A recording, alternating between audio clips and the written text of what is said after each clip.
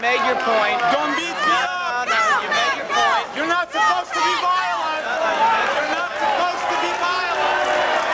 You're not supposed to be violent. Goodbye. Loser.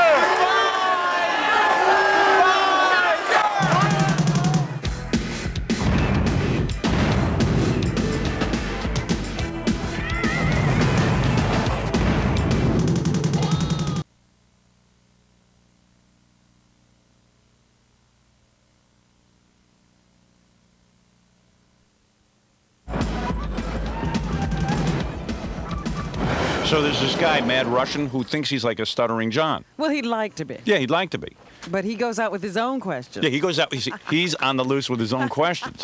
So he shows up at a Pat Buchanan rally, and I'm talking about a huge auditorium, okay? Yes. Packed with people, and it's Pat Buchanan. All followers of Pat Buchanan. And he starts screaming, "Hey, Pat Buchanan, you're a racist. You're you a hate the Nazi Jews. You're or a something?" Nazi."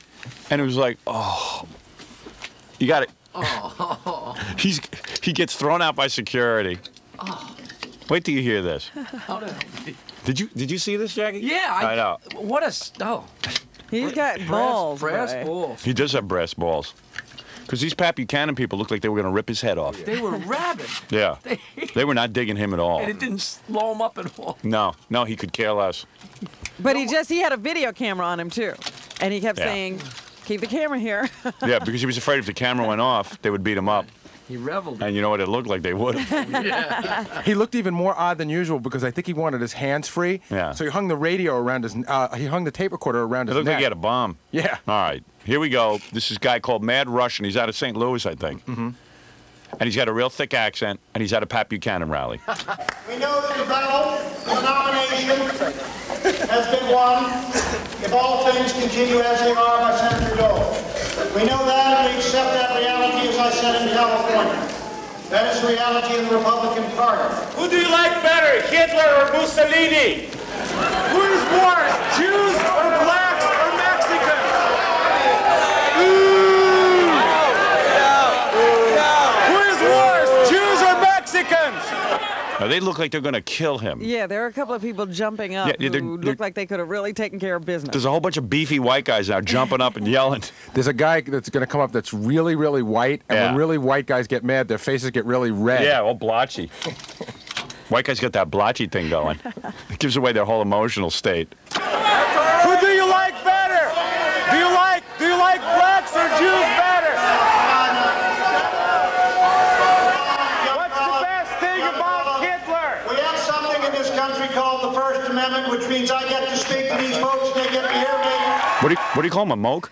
These folks. Oh, I thought he said these mokes. What's a moke? Is there an expression, a moke? What's a moke?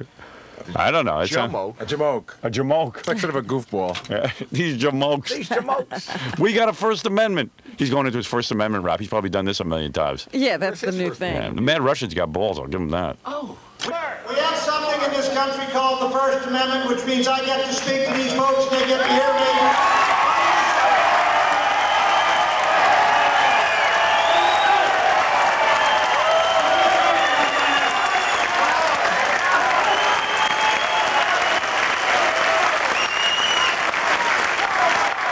They're all upset because their hero is getting blasted at their part of town. You're a Nazi! You are a Nazi! You are a Nazi! You are a Nazi! You do not know what a Nazi is if you think this man's a Nazi. Now, like the white guy gets up. You're no Nazi. I know Nazis. I know Nazis. And you're no Nazi. If there was no video camera, I think the Mad Russian would have been hanging from a tree. Yeah. He would have been the dead Russian. You do not know what a Nazi is if you think this man's a Nazi. Now total pandemonium is broken out. No one's listening to Pat Buchanan. Right, he's lost the form. Yeah. Guys with earpieces and walkie-talkies are running up and down the Right. aisles. Yeah, frantic because they're going like, okay, there's a camera on. We can't just lift the guy out of here because I guess he has a right But to. they're also trying to figure out if he's dangerous or if he's not. Yeah, there's a whole situation.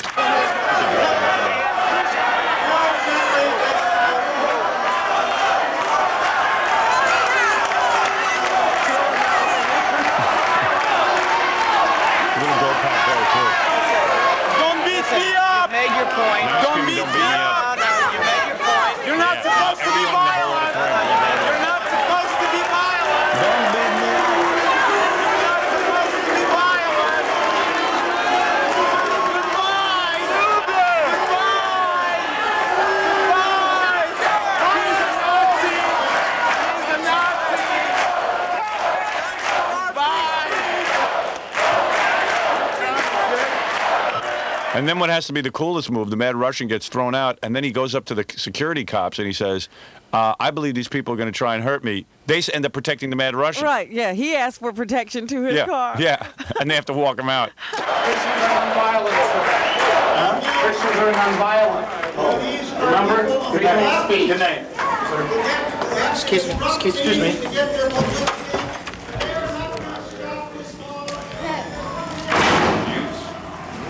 Can I please have an escort to the car because I was just threatened with death. I was told I'm not going to walk out of here alive.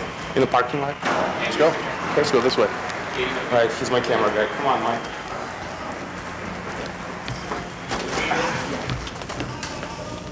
Yeah, and then he comes out and he says to the security guy, "These people are violent. You better help me out." Well, yeah. Called Buchanan a Nazi. He just worked them all up. Yeah, it's pretty wild. Pretty wild piece of tape. Yeah. You going to show that on the E! Show? Yes. Yeah. Okay. Because it is. You got to see it. Wow. Yeah. That takes real chutzpah. Thank you. That's a good word for it. Chutzpah.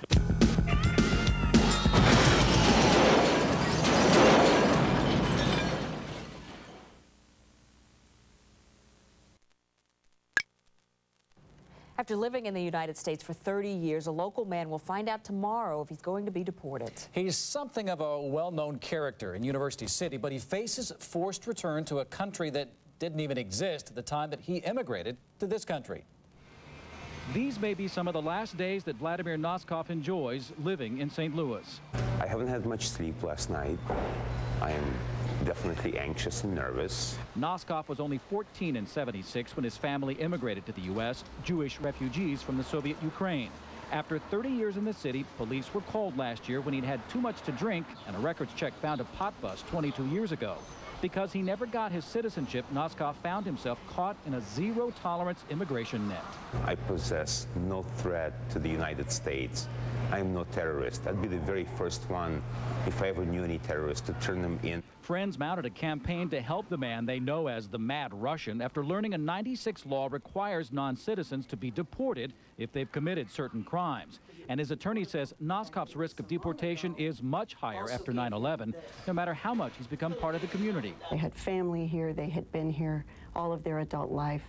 I think 10 years ago, immigration had much more discretion to just decide not to bring a deportation case against that person. Noskov works as a Russian interpreter. He's been known as a gadfly, gonzo journalist, and protester, but he calls himself an American and says Ukraine didn't even exist when he came here. I feel I'm so involved in my community politics in American life that even without citizenship, I feel like American pie is flowing through my veins. Because Noskov's drug offense was so long ago, the judge may have some discretion to grant him a waiver. If the judge does rule against him, there could be months of appeals before he would be forcibly sent back to the Ukraine. Turning now to the weather, it's July and not so bad so far. There is good news for a U-City man who faced deportation to the Ukraine. It's an update to a report that we first brought you yesterday. Vladimir Noskov's drug offense from 22 years ago has been reduced to a non-drug misdemeanor, which eliminates the justification for him being deported. Noskov has been living in the United States for 30 years, but he never became a citizen. Commuters tonight voiced their concerns over that